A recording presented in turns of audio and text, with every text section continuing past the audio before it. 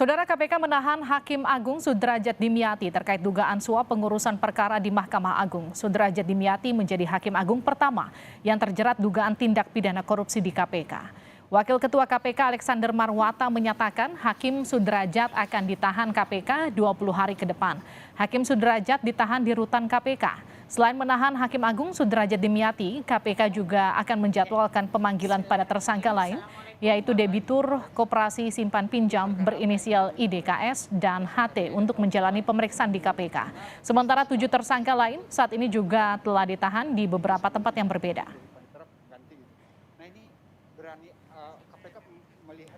Saat ini tim penyidik kembali menahan 1 orang tersangka yaitu SD untuk 20 hari pertama terhitung mulai tanggal 23 September 2022 sampai dengan 12 Oktober 2022 di rutan KPK pada Kapling C1.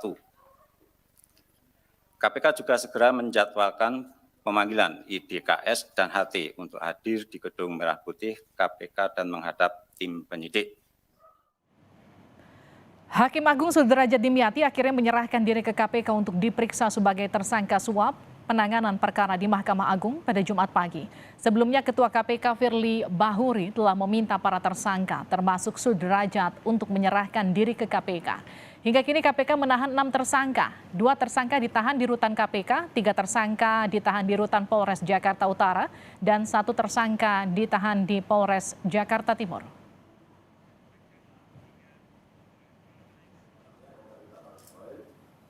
KPK menyita uang sebesar $205.000 Singapura dan 50 juta rupiah terkait dugaan suap pengurusan perkara di Mahkamah Agung. Ketua KPK Firly Bahuri menyebut Hakim Agung Sudrajat Dimyati diduga menerima uang sebesar 800 juta rupiah terkait pengurusan kasasi kasus Koperasi Simpan Pinjam Intidana. KPK menetapkan 10 tersangka dalam kasus ini termasuk Hakim Agung dan 5 pegawai MA. Bahwa telah terjadi penyerahan sejumlah uang dalam bentuk tunai dari saudara ES kepada DY sebagai representasi SD di salah satu hotel di Bekasi. Barang bukti berupa uang tunai sebesar 205.000 Singapura dolar dan 50 juta rupiah.